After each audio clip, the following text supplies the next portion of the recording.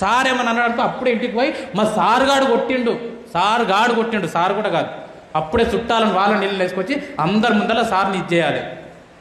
రియల్గా చెప్తున్నా, ఎన్ని ఇన్సిడెంట్లు చూస్తున్నాం. టీచర్లను పోయి పేరెంట్స్ వాళ్ళు వీళ్ళు పోయి కొట్టేస్తున్నారు. ఏం దరిద్రం రా నాయన ఇది. రియల్గా చెప్తున్నాం, మీ సారు నిన్ను కొట్టినా కూడా, రియల్గా నువ్వేమైనా తప్పు పని చేసి నువ్వు కొట్టినా కూడా నువ్వు ఆ విషయం మీ ఇంట్లో చెప్పకుండా నీ ఫ్రెండ్ గారు ఎవడో మీ ఇంట్లో చెప్పి అరే మేము నీ సార్ ఇష్టం వచ్చినట్టు కొట్టినట్టే, అప్పుడు మీ అమ్మ నాన్న అరే నిన్నెట్లా కొడతాడు రా పా సార్ని అడుగుదామంటే అప్పుడు చెప్పాలి మీ అమ్మ నాన్నకు, అమ్మ నాన్న మీరు ఎట్లా కొడతలేరు, దారి తప్పుతున్న నా జీవితాన్ని దారిలో పెట్టడానికే కొట్టిడు మా గురువు, ఏం కాదు నేనే బాగుపడతాను చెప్పండి మిత్రమా, నేనే బాగుపడతాను చెప్పండి. తరగతి గదిలో తలరాతలు మార్చేటి గురువులారా. ఈ ఏజ్ లో ఉన్న పిల్లల్ని తిడితే కొడితే వాళ్ళు పక్కకు పోయి తిట్టుకుంటారని వాళ్ళకి తెలియదు అబ్బాస్, 100% తెలుసు. నువ్వు ఎన్ని బూతులు మాట్లాడతావు కూడా వాళ్ళకి తెలుసు. అరే నువ్వు ఎన్నిసార్లు తిట్టుకుంటావు బూతులు మాట్లాడతావు అని తెలిసి కూడా నిన్ను ఖండించనికే, నిన్ను చిన్నగా శిక్షించడానికి వాళ్ళు ప్రయత్నం చేస్తున్నారు అంటే అరే ఏదో ఒక మాటకు దారిలో పడతారు కదా పిల్లలు అని చెప్పి. రాజు పేద భేదం చూపని ఉపాధ్యాయులారా.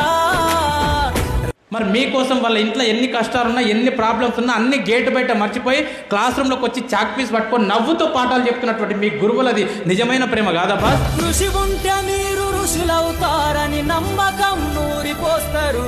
ఇంటి దగ్గర వాళ్ళ పిల్లలకు జ్వరం ఉన్నా సరే హాస్పిటల్కి తీసుకెళ్లి టాబ్లెట్లు వేసి ఇంటి దగ్గర పడుకోబెట్టి వాళ్ళ అమ్మ నాన్నకు అప్పచెప్పి స్కూల్కి వచ్చి అరే ఇంటి దగ్గర జ్వరం వచ్చిన నా పిల్లలు కాదు క్లాసులో ఉన్న 50 మంది పిల్లలు కూడా నా పిల్లలతో సమానం అని చెప్పి మీకు పాఠాలు చెప్పేటటువంటి మీ గురువుల నిజమైన ప్రేమ కాదబ్బా. రేపటి తరము అంధకారంగా ఉండొద్దని ముందుంటారు.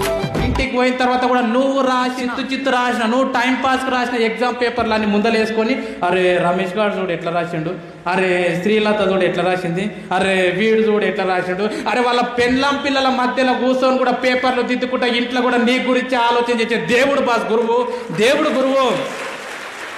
చాలా మంది పిల్లలు అనుకుంటారు నాకు మస్తు టాలెంట్ ఉంది, సార్ గారు చెప్పేది ఏంటి, నీకు ఎంత టాలెంట్ ఉన్నా ఏమన్నా నువ్వు పైకి వెళ్ళి ఊడి పడలే. నీవు స్కూల్కు ప్రైమరీ స్కూల్ నుంచి పోయినప్పటి నుంచి ఇప్పటి వరకు నీ బుర్రలో ఏమన్నా ఉందంటే అదంతా నీ గురువులు పెట్టిన భిక్ష తప్ప నీకు ఏడికెళ్ళి రాలే.